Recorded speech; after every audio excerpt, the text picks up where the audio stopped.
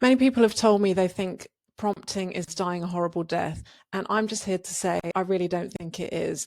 I think it is still going to be one of the most important skills, even with models advancing as fast as they are, because every minute that you spend writing and crafting the right prompt gives you outputs that save you time, and that is at the end of the day what we want. We want to save that time so that we can create more space in our lives to earn money or grow our business.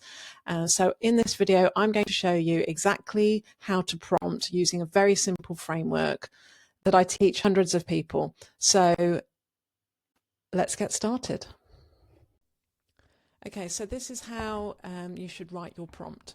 And I always use the phrase, robots teach small cats every night, to remember what are the different key elements of a really good prompt. So I'm going to go through them individually, and then you'll see what I mean. So the first one is the role. So when you give the AI a role, it basically activates a different part of its brain and allows it to give a really good, accurate answer. So we want to just be really clear what we're trying to do here. So I'm going to give the example of writing a brochure for a winery. So here we go. The example is, you are a highly skilled and experienced creative copywriter with a knack for crafting engaging, informative and concise brochures. Okay, so what we're doing is we're telling the AI what it is and that it's experienced, it's creative, it's got a particular skill set, and we want it to use that skill set to create a really good output for us. So that's the role.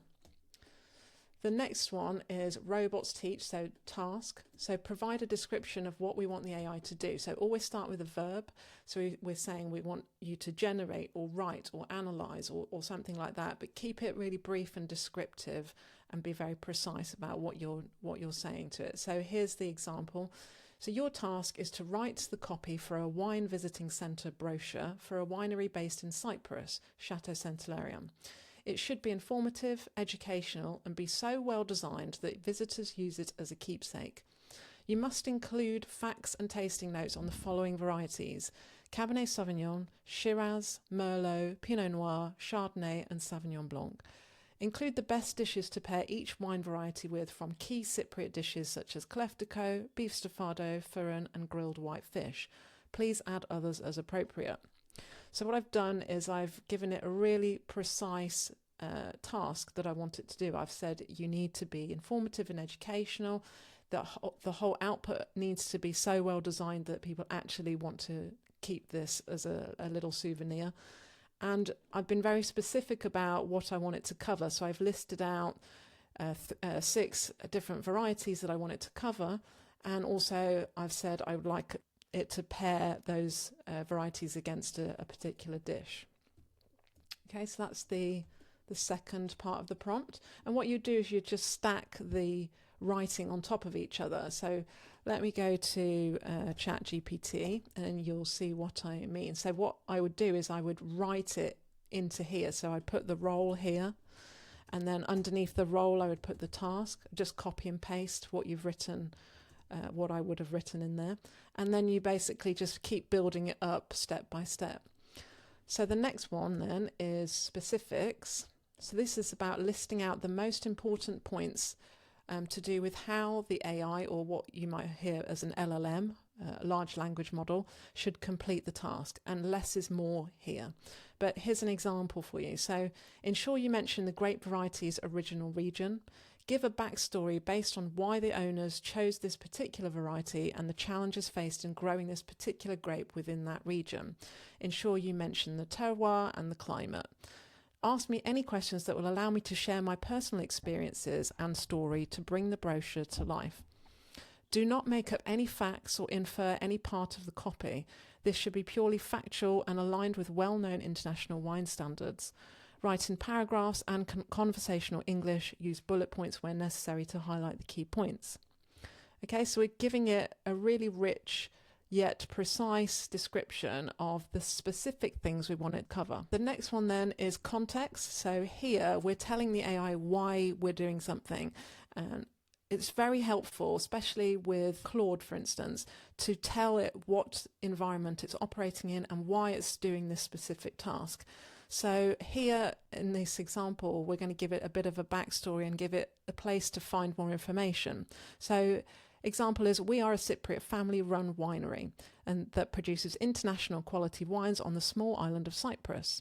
The visiting centre is a new addition to our winery, and we would like to give visitors a short illustrated brochure that allows them to feel a connection to our purpose and what we are doing here. Make sure you read our backstory and bring this into the copy, and you can find it here at this particular web page. Okay, so that is really, really important part of the prompt. The next stage, which is also equally as important, is the examples element. So give your AI examples showing what good looks like. And if it's still getting confused or not producing what you want, then you also need to give it examples of what bad looks like. And you'll find that the results and the quality of what you get back is going to be even better. So here's an example that you can add into your prompt or something similar. Attached are some screenshots of excellent brochures that I've seen when visiting other vineyards. Analyze these and look for patterns in what makes them similar or great, and then use this format in your output. So for this, I would literally just take photos of whatever brochures you've already got and attach them as a file into the LLM. So here, for instance, where it says add files, you would just literally go to add photos and files.